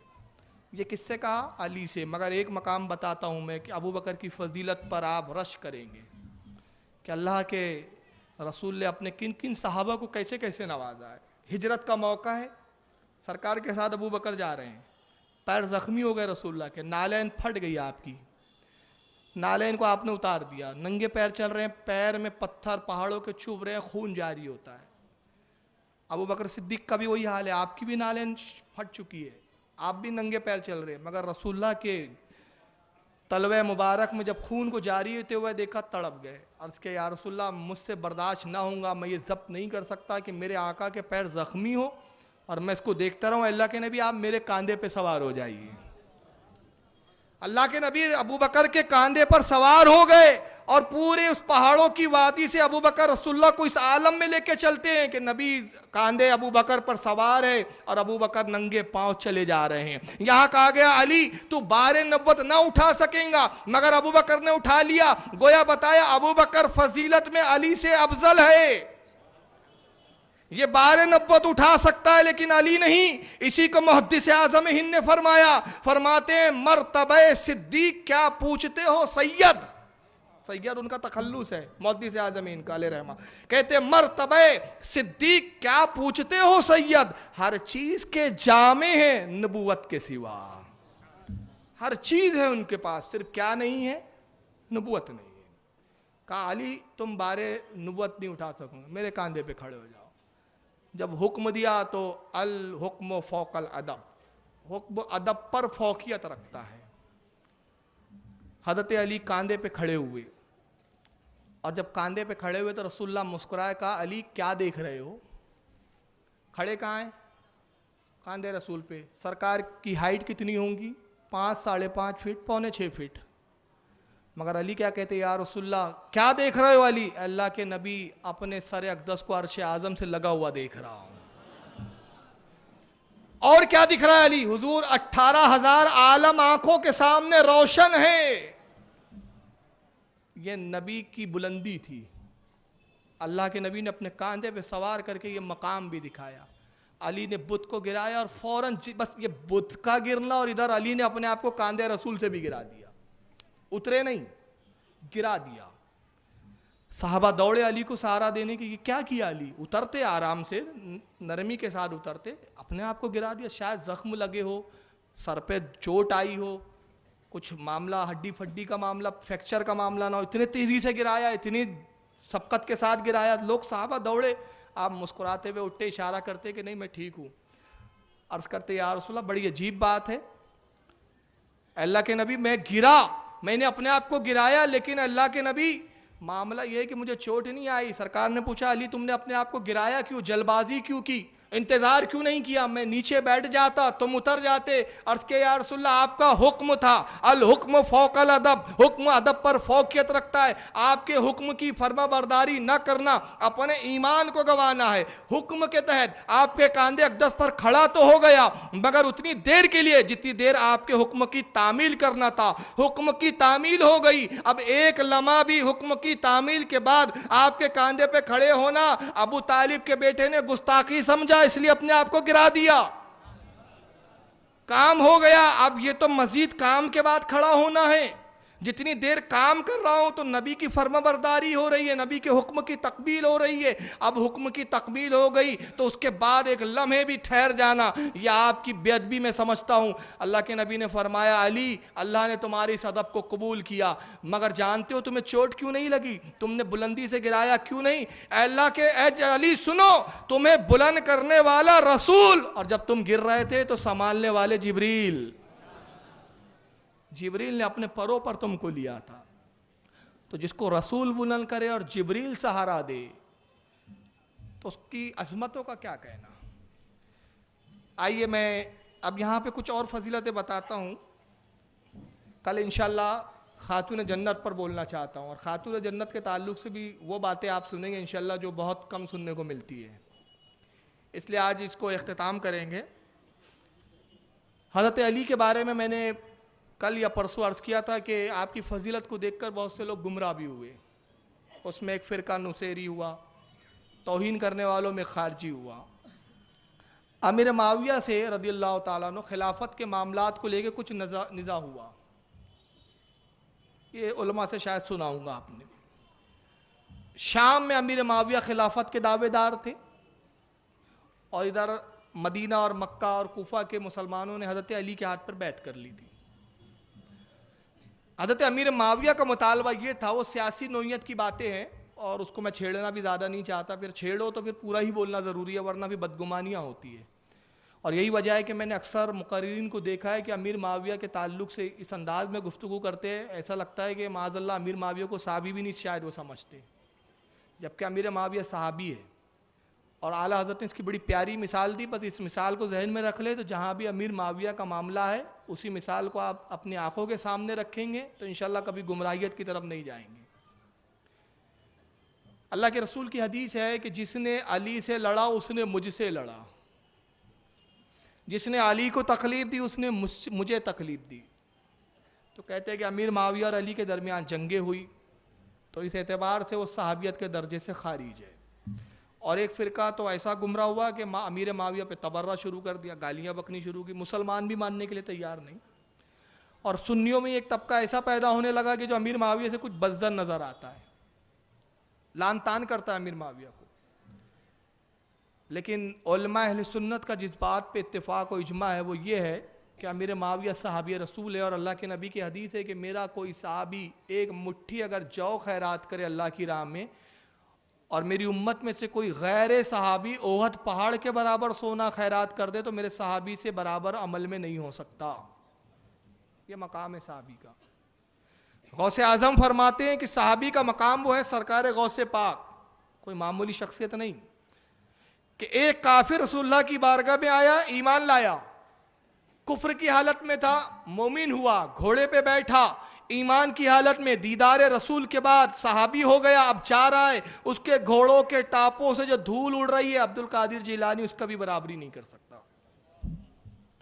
تو جب سیدوں کا تاجدار غوث اعظم کہہ رہا ہے کہ میں صحابی کے برابر مقام میں نہیں ہو سکتا تو ہماری اور آپ کی کیا بساط ہے. حضرت عبداللہ ابن مبارک کہتے ہیں جو امام بخاری کے استاد ہے, امام اعظم ابو حنیفہ کے شاگرد ہے. امام بخاری کے استاد, امام ابو حنیفہ کے شاگرد, امام بخاری کے مشائخ ہے, دادا استاد ہے, دادا استاد ہے امام عبداللہ ابن مبارک. ان سے کسی نے پوچھا عمر بن عبدالعزیز افضل یا امیر معاویہ افضل؟ عمر بن عبدالعزیز مجدد ہے پہلے صدی کے. کہا عمر بن عبدالعزیز کی فضیلت کے بارے میں جانتے ہو, اور امیر معاویہ سے تقابل. سنو, امیر معاویہ رسول اللہ کے ساتھ جہاد کے لیے جب نکلتے تھے اور جس گھوڑے پہ امیر معاویہ بیٹھتے تھے اس کی گھوڑے کی ناک کی غلاظت بھی جو ایسی ہے جس کا مقابلہ عمر بن عبدالعزیز نہیں کر سکتا. یہ مقام ہے صحابی کا. اور خود یہی عبداللہ ابن مبارک ایک حدیث نقل کرتے ہیں, فرماتے کہ امیر معاویہ کی بدگوئی کرنے والا جہنمی کتوں میں سے ایک کتا ہوں گا. تو ہمیں امیر معاویہ کے بارے میں طعن نہیں کرنا ہے, بدگمانی نہیں کرنا ہے. ہم صرف یہ کہہ کر توقف کرتے ہیں کہ حق تو علی کے ساتھ تھا, امیر معاویہ خطائے اجتہادی پر تھے. خطائے اجتہادی پر بھی اجر و نیکی ہے, اور چونکہ صحابی ہے صحابیت ہی ان کا دفاع ہے. صحابیت کے اعتبار سے ہم خاموش. رسول اللہ کے سالے بھی ہے, رشتے میں سالے بھی ہوتے ہیں, بہت سارے رشتے. کاتب وحی بھی ہے, آپ نے وحی کی کتابت بھی کی ہے. اور اللہ کے نبی صلی اللہ علیہ وسلم نے امیر معاویہ کے لیے دعا بھی فرمائی, پروردگار معاویہ کو ہادی بنا, ہدایت پر رکھ, اور دوسروں کو ہدایت دینے والا بھی بنا. تو یہ بھی ان کی فضیلت ہے. بہرحال امیر معاویہ کا مطالبہ یہ تھا کہ عثمان غنی کی جو شہادت واقع ہوئی, جنہوں نے ان کو شہید کیا, وہ قاتل میرے حوالے کیے جائیں. اور حضرت علی کا فرمان یہ تھا, آپ کا کہنا یہ تھا کہ وہ قاتل نامزد نہیں جب تک تحقیق نہ ہو جائے, تفتیش نہ ہو جائے, جب تک ثابت نہ ہو جائے کہ کون ہے جو عثمان غنی کے قتل میں شریک ہے اس سازش میں, تب تک کسی شبے کی بنیاد پر, شک کی بنیاد پر کسی کو بھی قتل کرنا درست نہیں ہے. اس بات کو لے کر اختلاف بڑھتا رہا, یہاں تک کہ امیر معاویہ رضی اللہ تعالیٰ عنہ نے حضرت مولا کائنات کو خلیفہ ماننے سے انکار کر دیا. ایک موقع پہ جنگیں ہوئی ان کی, ہمیشہ حضرت علی غالب رہے, لیکن پھر ایک وقت یہ آیا کہ ان میں آپس میں کمپرمائز ہو گیا, آپس میں صلح ہو گئی. جب صلح ہوئی حضرت امیر معاویہ سے علی نے صلح کی, تو علی کے ماننے والوں میں ہی, حضرت علی کے ماننے والوں میں ایک طبقہ ایسا نکلا جنہوں نے کہا کہ اے مولا کائنات, اے علی, تم نے امیر معاویہ سے صلح کر لی اور صلح کے لیے ابو موسیٰ اشعری کو منتخب کیا, ان کو حکم بنایا کہ جو ابو موسیٰ اشعری طے کریں, یہ صحابی رسول ہے, جو یہ حکم دے ہم سب اس کو مانیں گے. آپ نے غیر اللہ کو حکم بنایا, اور اللہ فرماتا ہے قرآن میں لا حکم الا اللہ, کسی کا حکم نہیں سوائے اللہ کے حکم کے, کسی کا حکم نہیں مانا جائے گا سوائے اللہ کے حکم کے. آپ نے غیر اللہ کا حکم تسلیم کر لیا, لہٰذا معاذ اللہ مشرک ہو گئے, کافر ہو گئے. علی کی انہوں نے تکفیر کر دیا, علی کو کافر ڈکلیئر کر دیا, اور یہ ہو گئے خارجی کہلائے. یہاں تک کہ بعض اللہ علی پر تبرہ کرتے گئے اور حضرت علی کے خلاف گالیاں بکتے. حضرت علی نے بہت چاہا کہ ان کو سمجھایا جائے, بتایا جائے, لیکن یہ نہیں مانے. آخر میں نتیجہ یہ ہوا کہ نہروان کے میدان میں ان سے مقابلہ ہوا. عبد الرحمن ابن ملجم تھا ایک, جو حضرت علی کے ساتھیوں میں ہوا کرتا تھا. حضرت علی کا فرمانبردار تھا یہ ایک زمانے میں, آپ کے غلاموں میں تھا, مگر یہ خارجیوں کے چکر میں آیا اور خارجی ہو گیا. حضرت علی کو پتہ چلا, مصر کا رہنے والا تھا, اس کو بلایا, سمجھایا, عبداللہ ابن عباس نے سمجھایا. اس کے بعد کچھ سمجھ میں آئی, پھر وہ حضرت علی کے ساتھ لشکر میں آ گیا. خارجیوں سے جنگ ہوئی. اب یہ خارجی کون تھے پتہ ہے؟ ان کا ایک تھوڑا سا پس منظر میں بتا رہا ہوں. ان کی عبادت و ریاضتوں کا یہ حال تھا کہ اللہ کے نبی نے فرمایا تھا کہ ایک ایسی جماعت آئیں گی کہ جن کی عبادتوں کو دیکھ کر تم اپنی عبادتوں کو ہیچ سمجھو گے. ایک حدیث پاک ہے جس کو مشکات میں بھی نقل کیا اور غالباً مسلم میں بھی ہے کہ اللہ کے رسول صلی اللہ علیہ وسلم کے پاس ایک جنگ کا سے مال آیا, مال غنیمت. آپ اس کو تقسیم فرما رہے ہیں, صحابہ میں تقسیم کر رہے ہیں. ایک شخص آتا ہے قبیلہ بنو تمیم کا, اس کا نام ذو الخویسرہ ہے. ذو الخیسرہ آتا ہے اور کہتا ہے محمد انصاف سے کام لو. معاذ اللہ, اے محمد انصاف سے کام لیجئے, سب کو برابر برابر دیجئے. اللہ کے رسول نے فرمایا اگر میں ہی انصاف سے کام نہ لوں تو پھر روئے زمین پر انصاف کرنے والا کون ہے؟ حضرت عمر نے تلوار نکالی, عرض کیا یا رسول اللہ اجازت دیجیے ابھی اس کی گردن تن سے جدا کر دو. آپ نے فرمایا عمر تلوار کو میان میں رکھو, اس سے ایک جماعت نکلیں گی, یہ تنہا نہیں ہے, اس کے ساتھ ایک جماعت ہے, اس کی پشت میں ایسے نطفے ہیں, ایسے اس کے خاندان میں پیدا ہونے والے ہیں, اس سے ایسے سلسلے اور ایسے خاندان نکلیں گے جو نماز بہت زیادہ پڑھیں گے, اتنی عبادتیں کریں گے, اتنی عبادتیں کریں گے کہ تم ان کی عبادتوں کو دیکھ کر اپنی عبادتوں کو ہیچ سمجھو گے, کمتر سمجھو گے. کس سے کہا جا رہا ہے؟ صحابہ سے. یعنی اندازہ لگائیے کہ صحابہ کی عبادتیں بھی ان کی عبادتوں کے مقابلے میں کم نظر آ رہی ہیں. تو یہاں معیار دیا جا رہا ہے کہ عبادتیں دیکھ کر یہ دھوکہ نہ کھاؤ کہ یہ بڑا نمازی ہے, بڑا پکا عبادت گزار ہے, تو یہ بڑا حق پر ہے. حق کا مدار نمازیں نہیں ہیں, یہ ٹیکے نہیں ہیں, یہ جو بینڈ آ جاتے ہیں بڑے بڑے یہاں پر. جی حق کا معیار ہے عقیدہ. کیا ہے عقیدہ؟ گندا تھا, عقیدہ تھا علی کافر ہے. اس زمانے کا خارجی علی کو کافر کہتا تھا, اس زمانے کا خارجی محبان علی کو کافر کہتا ہے. بات ایک ہی ہے. تو نبی نے پہچان بتائی, کہا عبادتیں اتنی کریں گے کہ تم ان کی عبادتوں کو دیکھ کر اپنی عبادتوں کو ہیچ سمجھو گے. اور فرمایا قرآن کی تلاوت کریں گے, قرآن کو خوب پڑھیں گے, مگر قرآن ان کے حلق سے نیچے نہیں اتریں گا. مطلب صرف پڑھیں گے, دکھاوا کریں گے, یہاں تک کہ دین سے ایسے نکلیں گے جیسے تیر کمان سے نکل جاتا ہے. اور پھر مثال دی اللہ کے نبی نے, کہا کہ یہ ممکن ہے, حالانکہ یہ بھی ممکن نہیں ہے, صرف مبالغے کے ساتھ سمجھانے کے لیے اللہ کے رسول فرما رہے, حالانکہ یہ ممکن نہیں ہے. فرمایا یہ ممکن ہے کہ کمان سے نکلا ہوا تیر واپس کمان پر آ جائے, مگر یہ دین میں دوبارہ لوٹ کر آئے, یہ ممکن نہیں ہے. ان کے دلوں پہ مہریں لگا دی جائیں گی. ختم اللہ علی قلوبہم, اللہ نے ان کے دلوں پہ مہر کر دی. اور اس کے بعد فرمایا کہ جو ان کو پائے اور قتل کرے اس کے لیے بڑا اجر و ثواب ہے. اسی ذو الخویسرہ سے خارجی فرقہ نکلا. اور ایک دوسری حدیث میں اللہ کے نبی فرماتے یہ ختم نہیں ہوں گے, یہ تھوڑی تھوڑی جماعت میں نکلتے جائیں گے, نکلتے جائیں گے. قیامت کے قریب ان کی نسلیں اتنی ہوں گی جیسے کیڑے مکوڑے ہو جاتے, یعنی اتنی بھرمار ہو جائیں گی, کوچے کوچے میں گلی گلی میں دکھیں گے. یہ سب حدیثوں سے بتا رہا ہوں میں, لن ترانی نہیں ہے. اور یہاں تک فرمایا ایک مقام پہ کہ ان کا آخری دستہ, آخری گروہ دجال کے ساتھ نکلیں گا. تو آج ان کی نسلیں آج بھی موجود ہیں. ان کی عبادتوں کا یہ حال تھا کہ جو جھوٹ بولے اس کو بھی یہ کافر سمجھتے تھے. جھوٹ بولنا بھی کفر تھا, گناہ صغیرہ کرنا بھی کفر تھا. ان کا عقیدہ تھا ایک وقت بھی اگر جان بوجھ کے نماز چھوڑ دی تو کافر ہو گیا. اتنے عبادت گزار, اتنے ریاضت کرنے والے, رات رات بھر جاگتے تھے, قرآن پڑھتے تھے, عبادت کرتے تھے, اور انہوں نے دعویٰ کیا کہ علی نے ابو موسیٰ اشعری کو حکم بنایا، لہٰذا ابو بکر کہہ رہا ہوں علی، لہٰذا معاذ اللہ حضرت علی کافر ہو گئے۔ نہروان کی جنگ ہوئی، حضرت علی رضی اللہ تعالیٰ عنہ اپنے اصحاب کے ساتھ نہروان کے میدان میں نکلتے ان سے مقابلہ کرنے کے لیے، اور راستے میں ایک گرجا گھر آتا ہے۔ اب یہاں حضرت علی کی آپ خصوصیت کو دیکھیں، اور جو علم علی کو نبی کے صدقے میں وراثتاً ملا تھا اس کا عالم دیکھیں۔ ایک گرجا گھر میں پہنچے تو گرجا گھر کا پادری اوپر سے جھانک رہا ہے اور دیکھ رہا ہے کہ ایک لشکر آ رہا ہے، لشکر جو ہے مسلمانوں کا معلوم ہوتا ہے۔ چھت پہ سے اس نے آواز دی کہ یہ لشکر کہاں جا رہا ہے؟ تو جو لشکر کے سامنے سپاہی تھے انہوں نے کہا کہ یہ لشکر نہروان جا رہا ہے تاکہ بددینوں کا قلعہ کما کرے، ان کو کاٹ پیٹ کے صاف کرے۔ کہا تمہارا امیر کہاں ہے؟ میں اس سے ملنا چاہتا ہوں، تمہارے امیر کو مجھ سے ملاؤ۔ لوگوں نے خبر دی حضرت علی تک، سرکار مولا کائنات گھوڑا دوڑاتے ہوئے قریب آتے ہیں، گھوڑے سے اترے، گرجا گھر میں داخل ہوئے۔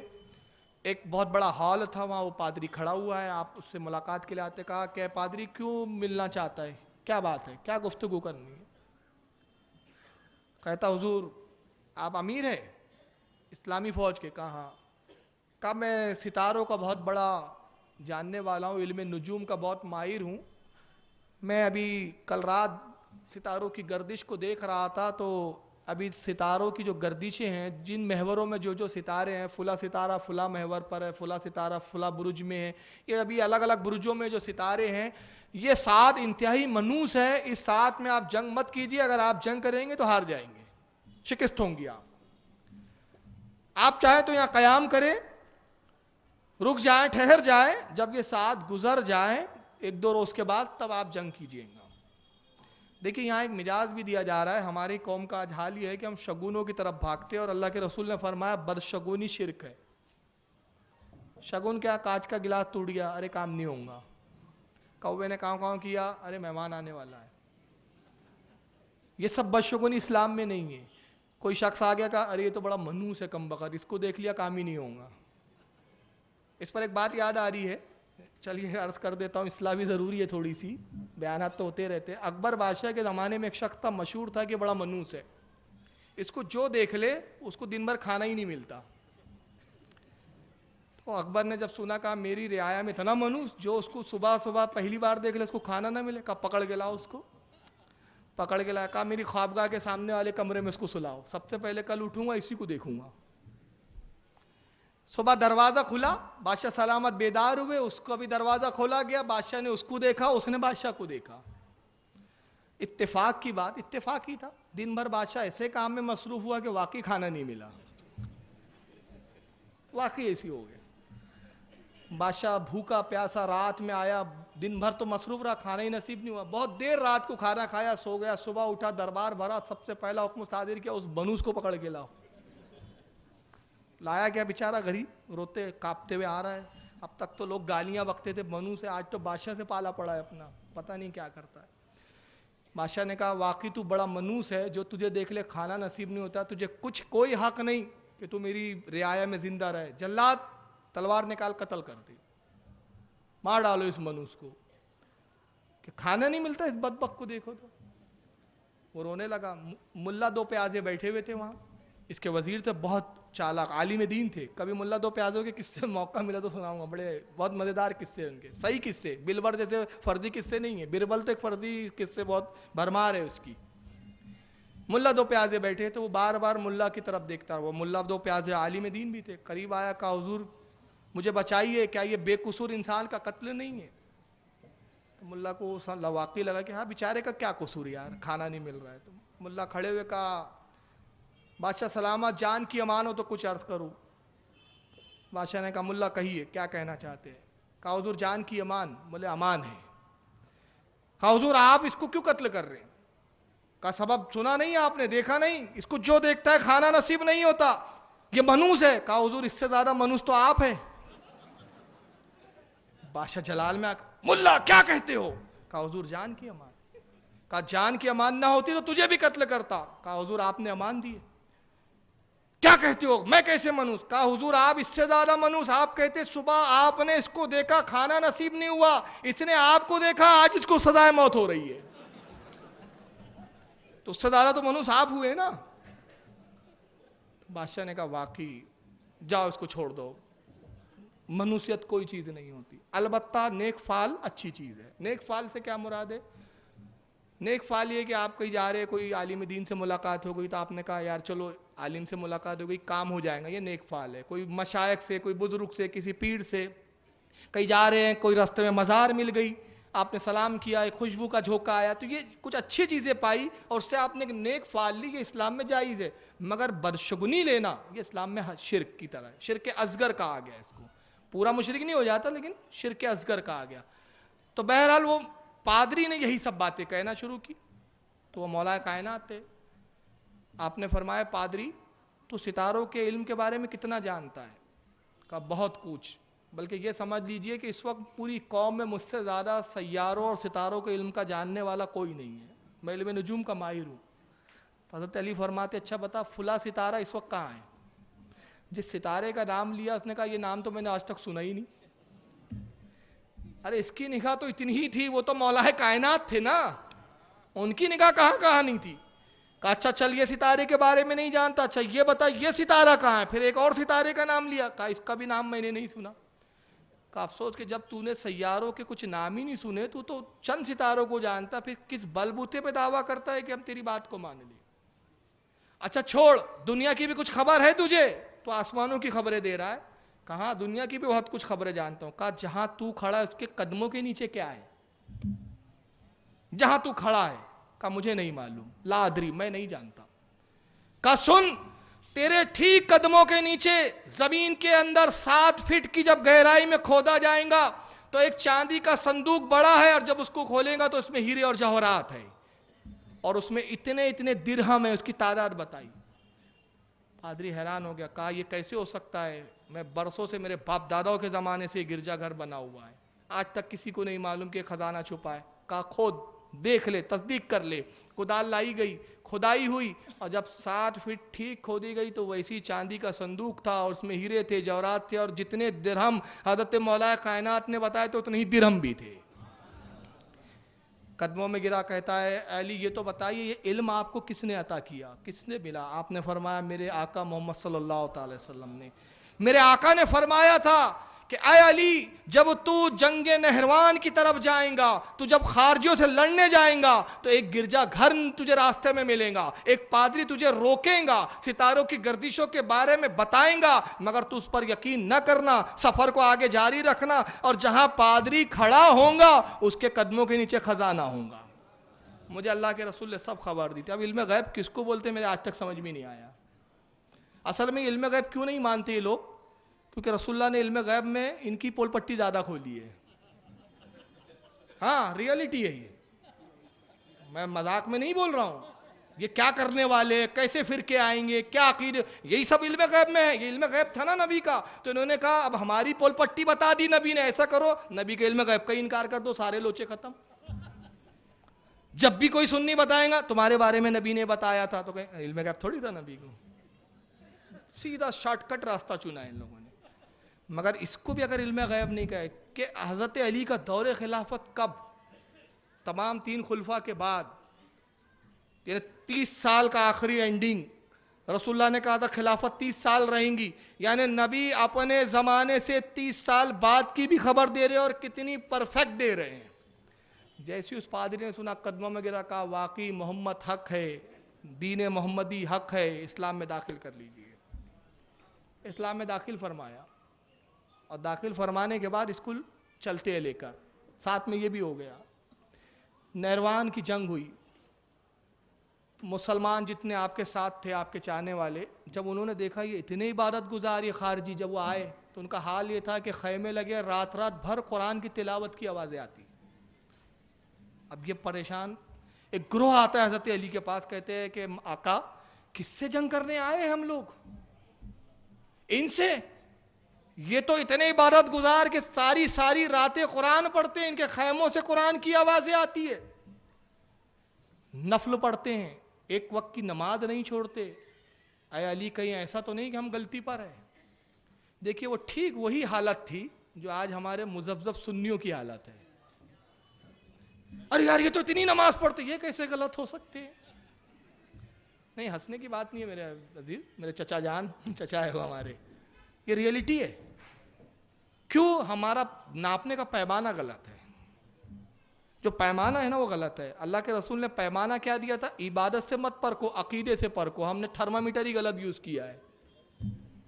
صحیح تھرمامیٹر یوز کرو گے تو یہ بالکل سمجھ میں آنے لگیں گے ہم کو. وہی تو پوزیشن وہاں تھی جو آج ہمارے ساتھ ہے. یار یہ تو جماعت کے لیے نکلتے, تبلیغ کے لیے نکلتے, اتنی محنت, اتنی مشقت, دن رات پیٹھ پہ بورے بستر لادے رہتے ہیں, یہ کیسے غلط ہو سکتے ہیں؟ سنی تو ڈھول بجاتا ہے, سنی تو قوالی سنتا ہے, سنی تو چادر چڑھاتا ہے, سنی تو درگاہوں پہ بیٹھا رہتا ہے, سنی جھومتا رہتا ہے, گاتا رہتا ہے, تھرکتا رہتا ہے. سنی کیسے صحیح؟ سب سے پہلے تو کہہ دوں سنیت یہ ہے ہی نہیں. ہمارے کس علماء نے کہا ڈھول بجاؤ؟ ہمارے کس عالم نے کہا کہ قبروں پر عورتوں کو لے جاؤ, عورتوں کا ہجوم کرو؟ اعلیٰ حضرت نے اس پر کتابیں لکھی ہے پوری. یہ مذہب نہیں ہے, مگر پلاننگ کے ساتھ اس کو مذہب بتا کے ہمیں بدنام کیا گیا اور اپنی عبادت کے شو روم کو سامنے لا کے دکھایا گیا. یہ عبادت کا شو روم ہے, اس کو دیکھو, شوکیس ہے یہ سب. اب میں عرض کر رہا ہوں کہ وہی معاملہ وہاں تھا. کہا کہ یہ کیسے غلط ہو سکتے ہیں؟ تو مولا کائنات نے فرمایا سنو, ان کی عبادتوں کو مت دیکھو. یہ بخاری کی حدیث ہے اب میں جو بتا رہا ہوں, بخاری شریف کی. ان کی عبادت کو مت دیکھو, قسم خدا کی اللہ کے رسول نے مجھے اس کی پیشن گوئی کی تھی. اور میں تمہیں ایک ایسی نشانی بتاتا ہوں جو تمہارے قلب کے لیے اطمینان کا سبب ہوں گی اور تم جان جاؤ گے کہ حق ہمارے ساتھ ہے. ان کی عبادتوں کے دھوکے میں مت آؤ. ان میں ایک شخص ہے, جب تم جنگ ختم ہو جائے تو ضرور اس شخص کو تلاش کرنا کہ میرے آقا نے مجھے خبر دی تھی, علی جب تو خارجیوں سے لڑیں گا تو 10 سے زیادہ تیرے آدمی مارے نہیں جائیں گے اور خارجیوں کے 10 سے زیادہ بچ کر نہیں جا پائیں گے. کیا فرمایا تھا رسول نے؟ تیرے 10 سے زیادہ ساتھی مارے نہیں جائیں گے اور خارجی 10 سے زیادہ بچ کر نہیں جائیں گے. ایک پیشن گوئی یہ کی تھی میرے آقا نے. اور دوسرا فرمایا تھا کہ ذو الصدیہ, اس میں ایک شخص ہوگا اور اس کی نشانی یہ ہے کہ اس کی گردن اور کاندھے کے درمیان ایک گوشت کا لتھڑا ایسا ہوگا جیسے عورت کا پستان ہوتا ہے. تم جنگ کرو, مجھ پر بھروسہ رکھو, جب جنگ جیت جائیں گی حق تمہیں خود واضح ہو جائے گا. جب یہ تسلی دی اور یہ 2 پیشن گوئیاں رسول اللہ کی بتائی تو آپ کے ساتھیوں کی دھارس بنی, ہمت بنی. صبح جنگ ہوئی اور جب جنگ ہوئی تو وہی ہوا جو حضرت مولا کائنات نے جس کی خبر دی تھی. 10 سے زیادہ کوئی بچا نہیں ان کے یہاں, بھاگے. اور حضرت علی کے ماننے والوں میں 10 سے زیادہ 11واں کوئی شہید بھی نہیں ہوا, سب مارے گئے خارجی, لاشوں کے انبار لگ گئے. حضرت علی نے فرمایا تلاش کرو, ذو الصدیہ کو تلاش کرو. ذو الصدیہ کہتے ہیں مطلب 2 گوشت کے لوتھڑوں والا, تلاش کرو اس کو. جب تلاش کرے تو اس کی لاش نہیں ملی. لوگ آئے, کہا کہ اے علی اس کی لاش ہمیں نظر نہیں آ رہی ہے, کہیں بھاگ تو نہیں گیا؟ کہا کہ قسم خدا کی میرے رسول کا کہا ہوا حرف برابر بھی جھوٹا نہیں ہو سکتا, اچھے سے تلاش کرو. پھر جب تلاش کیا گیا تو 40 لاشوں کے نیچے دبا ہوا تھا. جب نکالے اور دیکھا تو گردن اور کاندھے کے درمیان گوشت کا لتھڑا تھا. آپ نے بے ساختہ فرمایا صدق رسول اللہ صلی اللہ علیہ وسلم, میرے آقا صلی اللہ علیہ وسلم نے بالکل سچ فرمایا تھا. اس کے بعد آپ فرماتے کون ہے جو کوفہ جائے اور نیروان کی فتح کی خوشخبری سنائے؟ عبد الرحمن ابن ملجم آتا ہے, کہتا آقا مجھے اجازت دیجیے. آپ نے فرمایا کہ ٹھیک ہے. پھر آپ ایک تخت پہ جلوہ گر ہوتے ہیں اور اس وقت رسم تھی کہ جب فتح یابی ہوتی تھی تو جو امیر ہوتا تھا, بادشاہ ہوتا تھا, وہ تحفے اور طائب بانٹتا تھا. کارنامے جو انجام دیتے رہے جنگوں میں ان کو انعامات دیے جاتے رہے, بھائی تم نے بڑے جنگ میں کارنامے دی, جیسے آج بھی ہوتا ہے میڈل دیے جاتے ہیں فوجیوں کو. اور فوجی تحفے پیش کرتے تھے اپنے امیر کو کہ بھائی خوشخبری ہے, آج جیتے, فتح ہو گئی, تو یہ تحفے قبول کرے. تو حضرت علی بھی طائف بانٹ رہے ہیں اور آپ کے ساتھی آپ کے اصحاب بھی تحفے دے رہے ہیں. ابن ملجم آتا ہے مصر کی بنی ہوئی ایک بہترین تلوار ہے جس پہ نقاشی ہے, نگ جڑے ہوئے ہیں, چمکدار تیز دھار والی تلوار جس کو دیکھو تو دیکھتے رہ جائیں آپ, اتنی خوبصورت تلوار لاتا ہے اور حضرت علی کے قدموں میں رکھتا ہے, کہتا ہے آقا یہ میری طرف سے قبول کیجئے, یہ تلوار میں نظر کرتا ہوں. آپ نے تلوار اٹھائی, فرمایا اس کو اپنے پاس رکھ, اگر یہ تو مجھے دے دیں گا تو پھر کس سے مجھے قتل کریں گا؟ یہی تو وہ تلوار ہے جو میرا خون بہائیں گی. کہا حضور یہ کیسے ہوں گا, میں آپ کا قتل کروں؟ کہا ہاں تو ہی میرا قاتل ہے, اور بے شک رسول اللہ نے مجھے فرمایا اور سرکار نے جو فرمایا وہ غلط نہیں ہو سکتا, یہ بالکل صحیح ہے, یہ ہو کے رہے گا. وہ رونے لگا. کہا حضور آپ دعا کیجئے کہ ایسا کچھ نہ ہو. فرمایا جو کاتب تقدیر لکھ چکا وہ ہو کے رہنے والا ہے, جا کوفہ جا. یہ روتے ہوئے اٹھا, کوفہ پہنچا.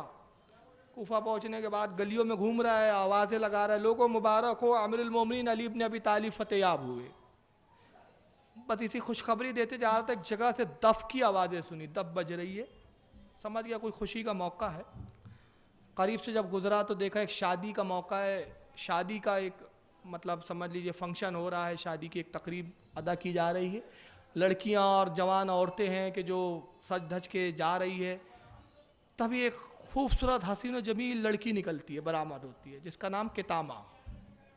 بس اس کے چہرے پہ نظر پڑی تو اس کے حسن پہ فریفتہ ہو گیا. اس کو آواز دی, اشارے سے بلایا, قریب وہ آتی ہے. کہتا ہے کیا تو شادی شدہ ہے کہ غیر شادی شدہ ہے؟ تو کہتی ہے الحمدللہ میں اب تک کنواری ہوں. کہا تیرے حسن نے مجھے دیوانہ کر دیا ہے. کیا نام ہے؟ کہا کتامہ. کہا میں تجھ سے نکاح کی خواہش ظاہر کرتا ہوں, مجھ سے نکاح کر لیں گی؟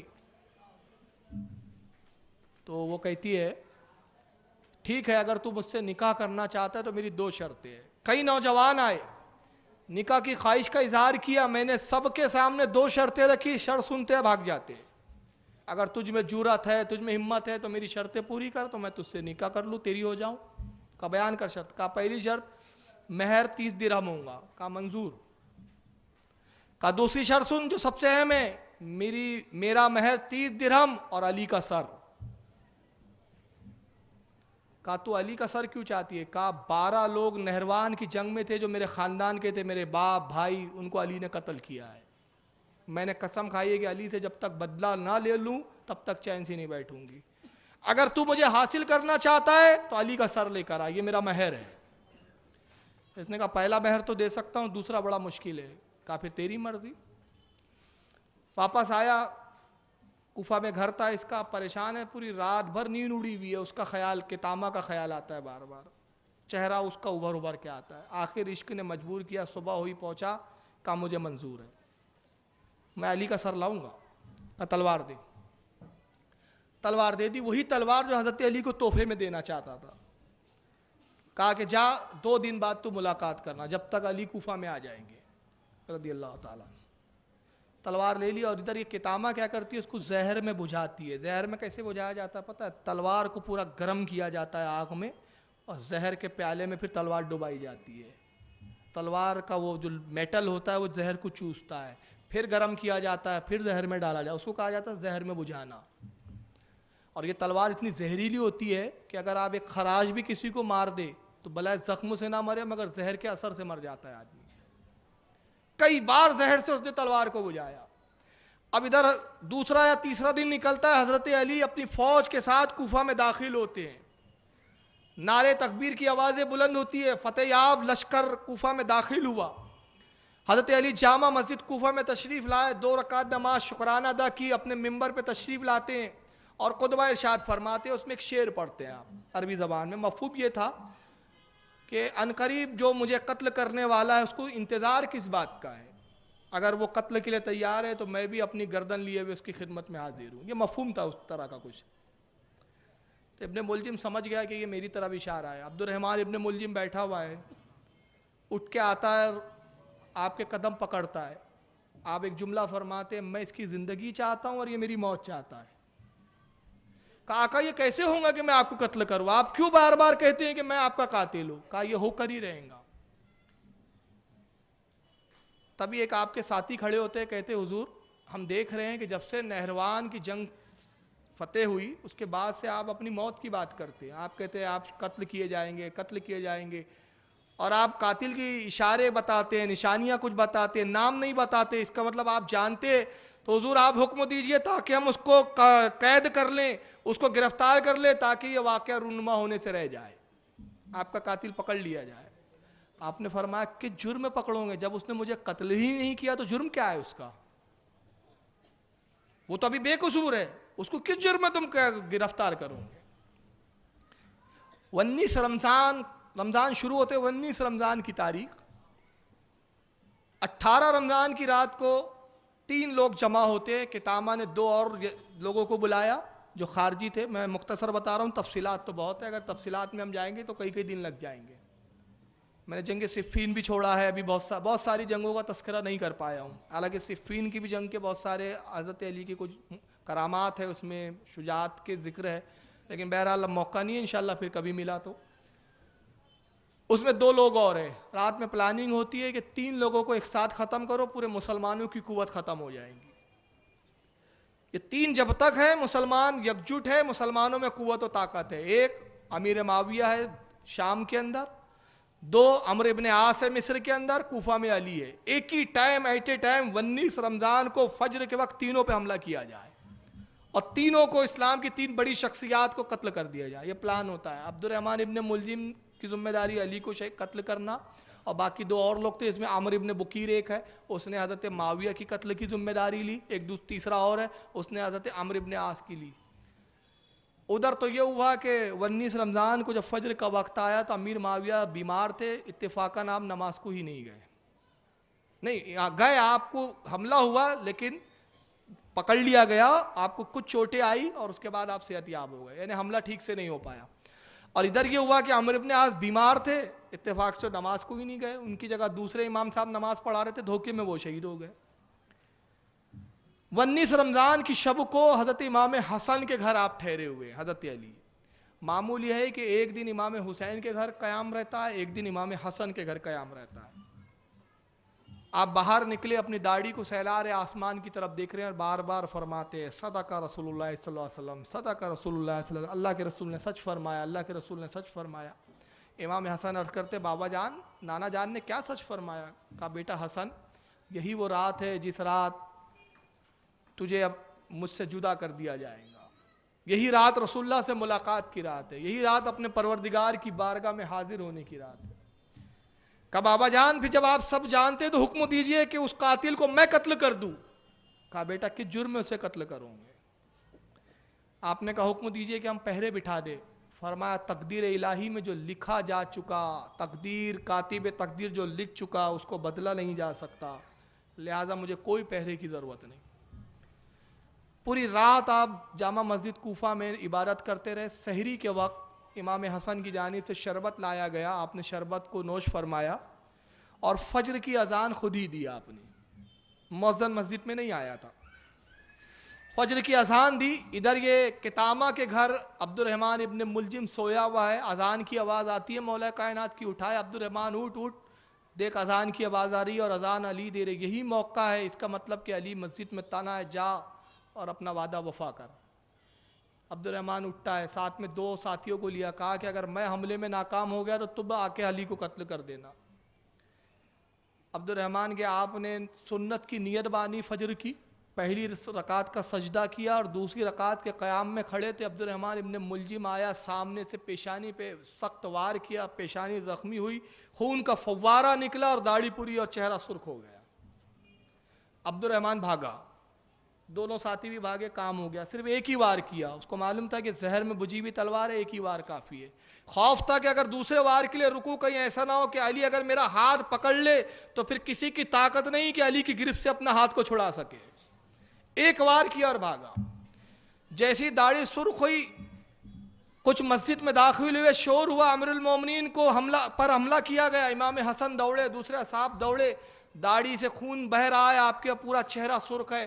آپ نے اپنے ہاتھ کو پھیرا, خون داڑھی سے لیا اور لینے کے بعد اس کو اچھالا اور فرمایا صدق رسول اللہ صلی اللہ علیہ وسلم. اور دوسرا جملہ فرماتے فزت برب الکعبہ, قسم رب کعبہ کی میں کامیاب ہو گیا.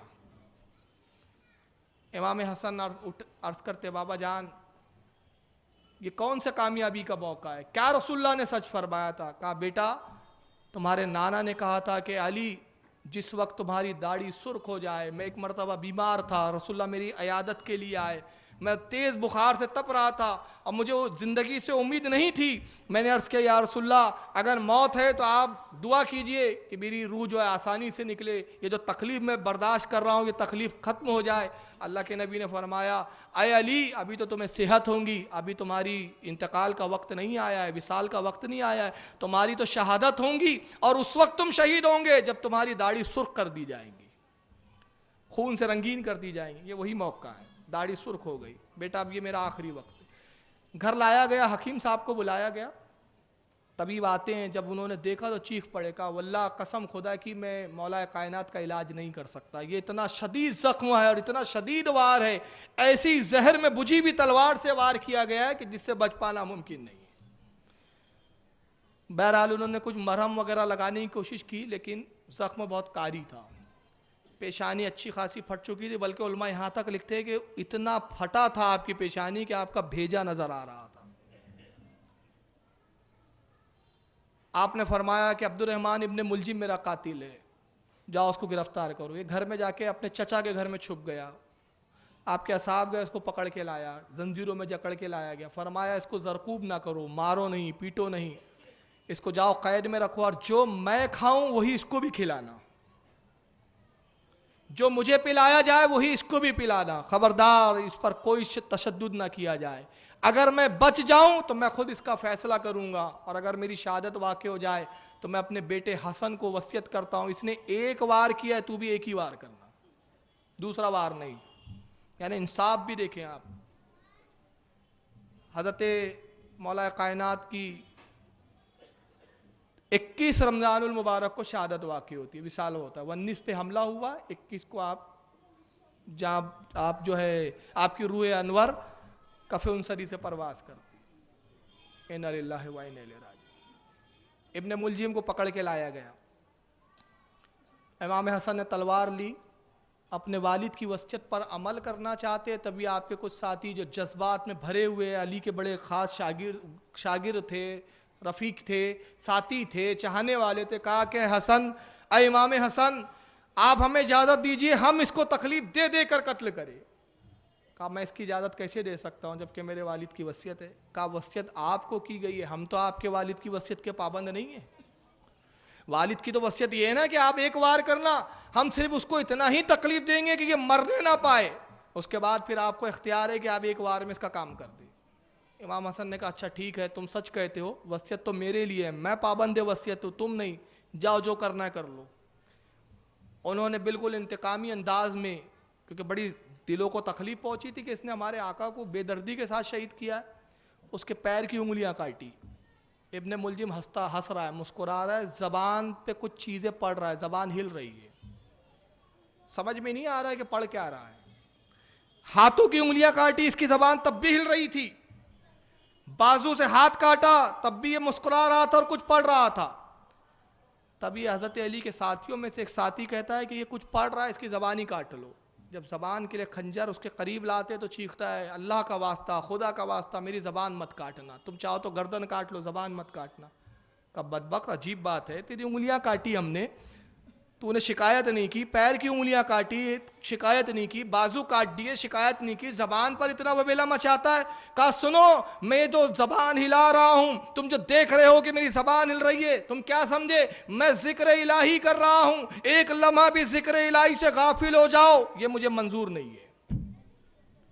آپ اندازہ لگائیے، میں بتانا یہ چاہ رہا ہوں، یہ اس کو علامہ دمیری رحمۃ اللہ علیہ نے، امام دمیری نے حیات الحیوان میں اس روایت کو نقل کیا ہے، جو آج سے 900 سال پہلے کے بزرگ عالم گزرے ہیں، امام گزرے اپنے وقت کے، حیات الحیوان کی جلد نمبر 2 میں اس کو نقل کیا۔ بتانا یہ چاہ رہا ہوں کہ قوم کتنا فریب کھاتی ہے ہماری، یہ قاتل علی ہے مگر عبادت کا یہ حال کہ ایک لمحے بھی عبادت سے غافل رہنا اس کو منظور نہیں ہے، اور ہے قاتل علی، تو کسی کی عبادت دیکھ کے متاثر مت ہوا کرو۔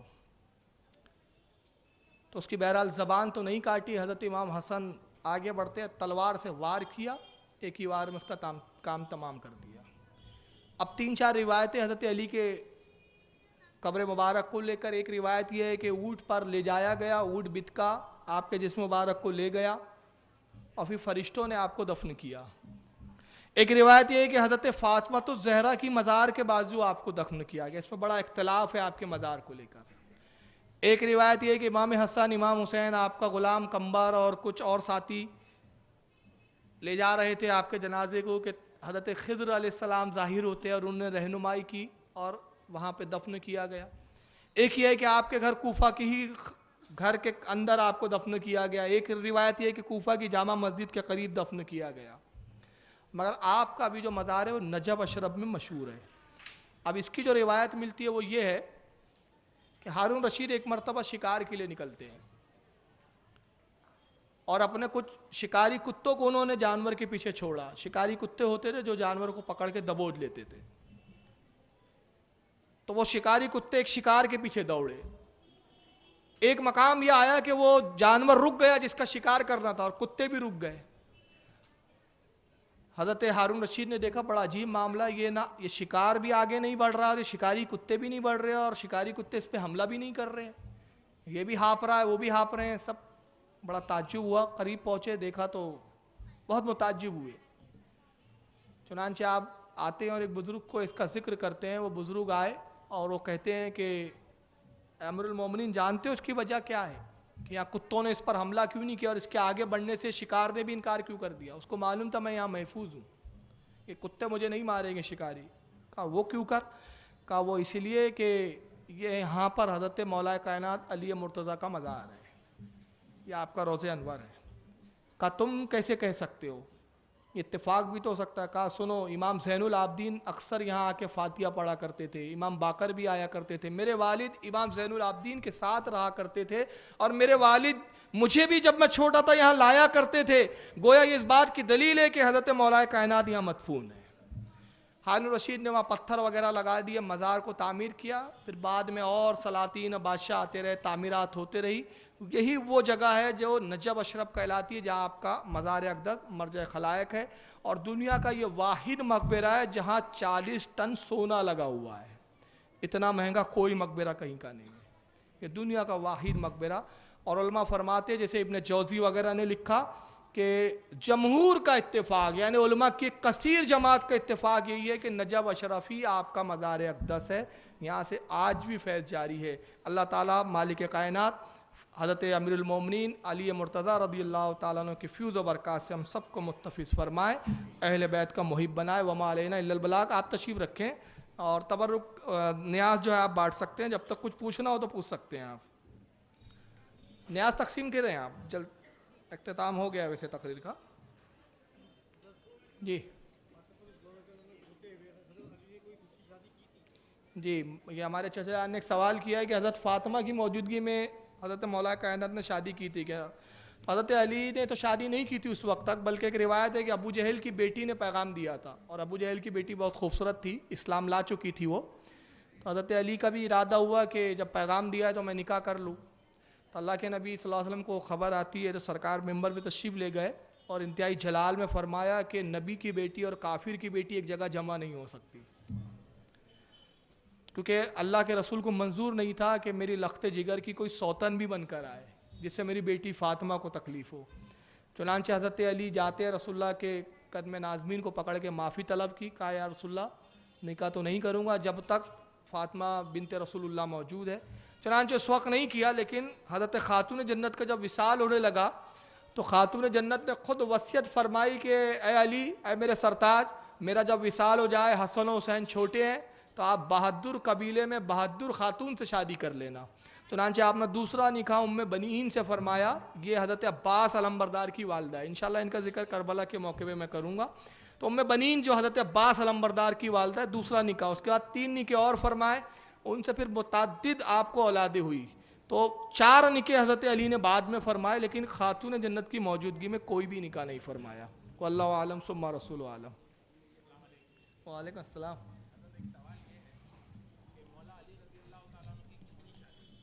ابھی تو بتا چکا ہوں نا, 5 ہو گئی ہے کل, 4 بعد میں. جی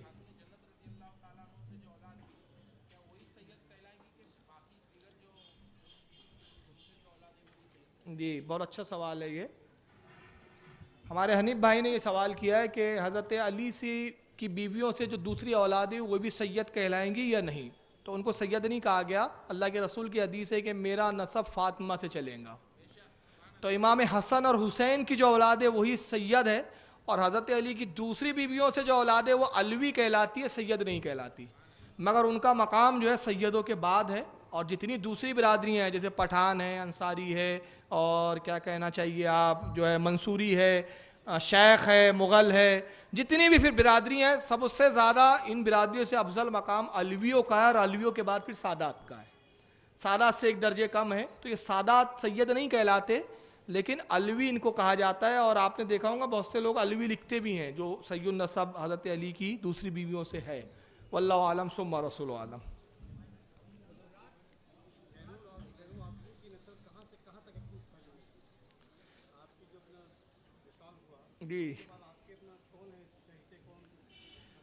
جی ہمارے چچا نے پوچھا زین العابدین کی نسل کہاں سے چلی. تو کربلا میں امام حسین کے صاحبزادوں میں امام زین العابدین تھے, اور امام حسن کے صاحبزادوں میں حضرت مثنیٰ تھے. تو امام حسن کا نسب حضرت مثنیٰ سے چلا, جی, اور امام حسین کی نسل جو ہے امام زین العابدین سے چلی. امام زین العابدین کے صاحبزادے امام باقر ہے, پھر باقر کے صاحبزادے جعفر ہے. امام جعفر کی بھی 4 اولادیں ہوئی ہے جس میں ایک حضرت اسماعیل ہے, ایک حضرت امام زید ہے. تو پھر یہاں سے یہ شاخیں نکلی ہے, زیدی سیاد, اسماعیلی سیاد, تو یہ سب ساداتی ہے. وہاں سے پھر بہت خاندان پھیلا ہے. واللہ عالم ثم رسول عالم. جی حضور آپ نے فرمایا کہ سورج طلوع و غروب ہونے کے وقت سجدہ کرتا ہے, لیکن یہ کیسے کیوں